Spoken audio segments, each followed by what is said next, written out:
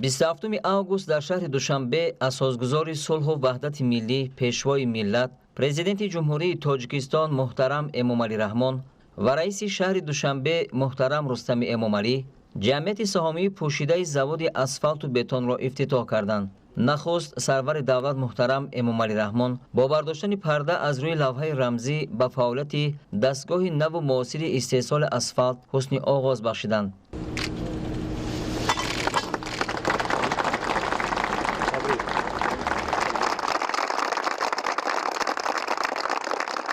ҷамъияти саҳомии пӯшидаи заводи асфалту бетон ки роҳбариашро соҳибкори ҷавон Тоҳир Ҳукуматов ба оҳда дорад, аз соли 2002 то инҷониб фаъолият карда истодааст. шумораи коргарон 300 нафарро ташкил медиҳанд ва баъди васфу насби коргоҳи муосир дар ин ҷо боз 50 ҷойи кори нав таъсис ёфт.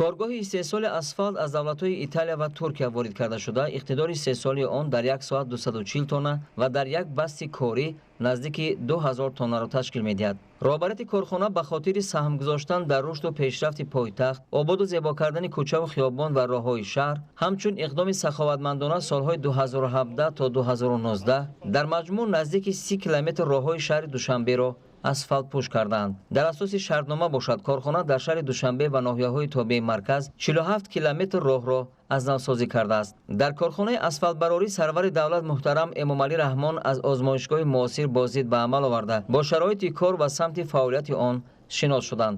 бояд гуфт ки чунин озмоишгоҳҳо на дар ҳама корхонаҳои истеҳсолӣ мавҷуд аст ва ҳадафи таъсисашро мутахассисон таъмини сифат, бехатарӣ ва пойдории маҳсулоти корхона арзёбӣ мекунанд. ман Мирзоев Ғиёсиддин сардори озмоишгоҳ мебошам. мақсади ташкил намудани ин озмоишгоҳ назорати сифати масъулияҳои сохтмонӣ ва технологияи корҳо мебошад. дастгоҳе ки шумо дар навор мебинед барои гирифтани намуна аз қабати асфалтобетони хобонишуда мебошад. баъди аз қабати роҳ гирифта бурида гирифтани намунаҳо дар дастгоҳҳои озмоишгоҳ санҷида мешавад. асбоби дигаре ки инҷо мебинед барои муайян кардани обкашии намунаҳои асфалтобетоне дар озмоишгоҳ тайёр карда шуда ва намунаҳои аз роҳ гирифта шуда мебошад. яъне ки нишондоди обкашӣ ин дараҷаи зечкунии омехтаро дар қабати асфалтобетон нишон медиҳад. агар нишондоди обкашӣ аз меъёр зиёд бошад, дар оянда зуд вайрон шудани асфалтобетон дар назар аст. мо коргарони озмоишгоҳ кӯшиш менамоем ки ҳамаи масъулияҳои сохтмоние ки барои сохтмони роҳҳо истифода бурда мешавад аз санҷиш гузаронем то ин ки роҳҳое ки мо месозем ба мардум солҳои зиёд хизмат намояд. заводи асфалтбарорӣ аз лиҳози экологӣ безарар аст, ба ҳама меъёрҳои экологӣ ҷавобгӯ буда бепартов мебошад. маҳсулоти аз партов истеҳсол шуда дар сохтмони дигар иншоот истифода мегардад. ман муовини роҳбари ҷамъияти саҳомии пӯшидаи заводи асфалтобетон Солиёв Рустам. мо дар заводи асфалтобетоне ки қарор дорем, ин заводи итолиявӣ ва ҷамъ бо Туркия. ин завод иқтидораш дар як 8 соати корӣ 2000 тонн. заводи навтарин, технологияи нав ки бо компютер идора карда мешавад ва ӯ аз қисмати экологӣ тозатарин завод дар ҷумҳурӣ ба ҳисоб меравад.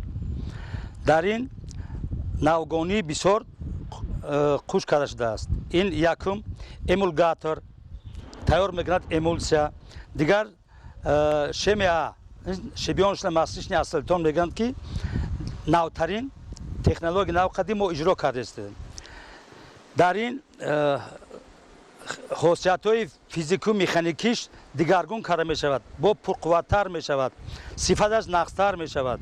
аз рӯи экологӣ барои чи тоза, барои он ки дар ин навтарин таҷҳизот гузорда шудааст ки ҳамун чангҳое ки хориҷ мешавад ҳами ӯра ба як бункери алоҳида ҷамъ карда мешавад ва дар таги элак, дар таги ҳамун ҷое ки тоза карда мешавад ҷамъ карда бо алоҳидагӣ дар лимчаҳо ҷамъ карда гирифта мешавад ва дар оянда дар дигар заводҳо истифода бурда мешавад. ин технология навтарин ҳисоб меравад ки атмосфераи моро ғажд намекунад. тозатарин технология. дар ҷамъияти саҳомии пӯшидаи заводи асфалту бетон дар як вақт якчанд намуди маҳсулот аз қабили асфалти майдадона, асфалти калон, сангрезаи бо қир сиёҳкардашуда ва асфалтобетони сангрезаю мастикӣ шемеа истеҳсол карда мешавад. ҳамчунин дар ин ҷо дигар масолиҳи сохтмонӣ дар бунёди роҳҳо истифодашаванда тайёр мегардад. дар сехҳои корхона маҳсулоти оҳану бетонӣ аз қабили канорасангҳои бари роҳ, новаҳои оҳану бетонӣ, болопӯши новаҳои оҳану бетонӣ, ҳалқаҳои бетонӣ, болопӯши ҳалқаҳои оҳану бетонӣ, тахтасангҳои роҳҳои пиёдагард, маҳсулотҳои оҳану бетонӣ барои сохтмони каналҳо ва новаҳои оҳану бетонӣ барои хатҳои қубурҳои гармидиҳанда аз маҳсулоти дигари коргоҳ аст ки бо сифати ҷавобгӯ ба талабот истеҳсол мегардад. бо истифода аз имконот дар дохили корхона аз тарафи роҳбарияти он ҳамчунин сехҳои гуногун, устохонаҳо бо таҷҳизоти мухталиф фаъолият дорад.